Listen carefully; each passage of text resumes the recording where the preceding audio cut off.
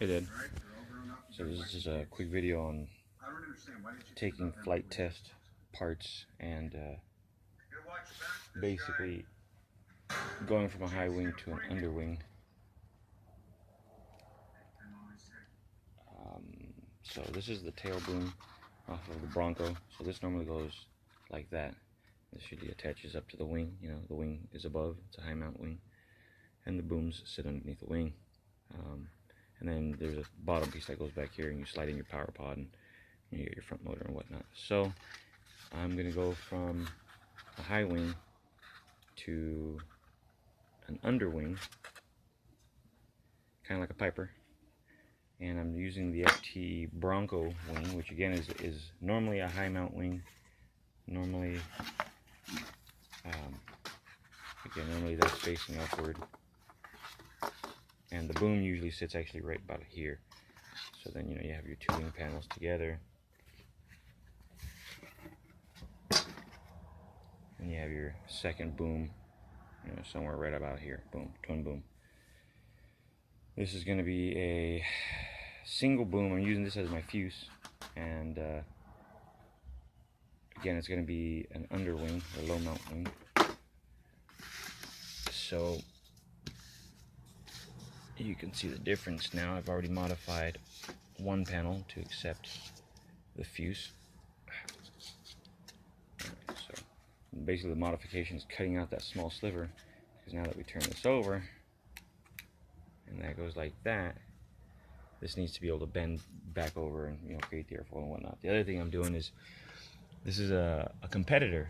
Normally I use Ready Board, which is the Dollar Tree standard Ready Board made by Adams, and pretty sure they've made millions thanks to flight test. Stock has definitely gone up. So what I'm using right now is Ross board, or from Ross or something like that. I don't know. Let me see if I can find the ticket. There we are. Ross. So we got two big dogs in the foam board industry battling it out. Who will win? This plane is made with a half and half, and they're gonna probably be blaming each other. Well, if it wasn't for me, the fuse never would have held up, you cheap. Oh yeah, well if it wasn't for me, we wouldn't be flying, because my wings are the shit. So anyways, the one thing I did notice in difference is from the Ross board to the Ready board is the Ross board is 15 thousandths of an inch thicker. So we got a little more thickness, which translates to more structural rigidity and all that good stuff. I didn't weigh them. I didn't feel like going that route. I just figured, well, if it's more foam, more weight.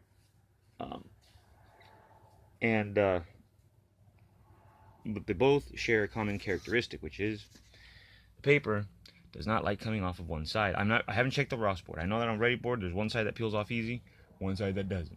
I'm going to assume that the Ross board is probably about the same, and I'm going to be safe to say that the side that doesn't peel off very good is the side I'm doing right here. So what I've figured out is a trick which I haven't seen anywhere else around, and it's basically just blowing hot air into it, combined with the moisture from your breath and whatnot. It loosens it all up. Like right now, let me see. I didn't blow on this, so let's see if it'll peel off. So right now it's peeling off. Okay, starting. Okay, see how it starts doing that? Okay, there we go. That's what Daddy likes to see. All right, so how do you fix that? You just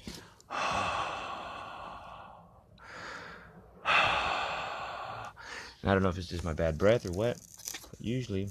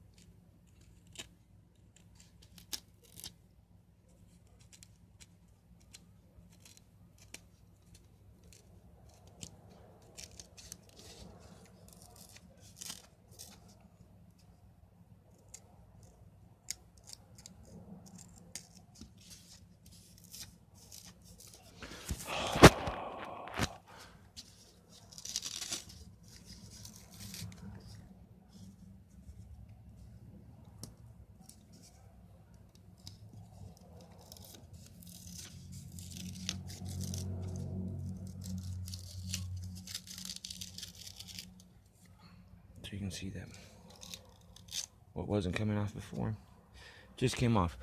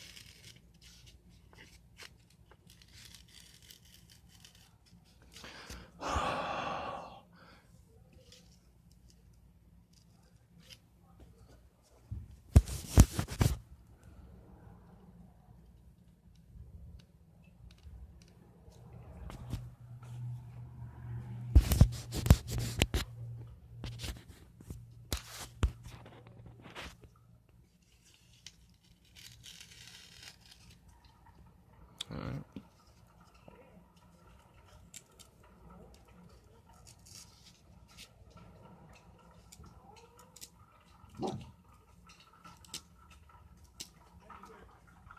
So I'm pretty sure you could take like some sort of vapor machine or something, you know.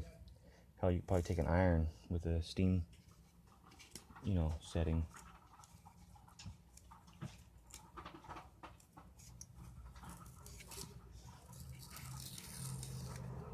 You know, and steam the sucker and the paper fall off. But just my breath works pretty good, you know, without getting too complicated. Probably doing a lot of this, then yeah, I might employ something, but and there you go, there you have it. So now when I go to fold this over the spar, let's pretend that this is the spar. This will bend a little more. There's a little more bend basically to it. So yeah, anyways.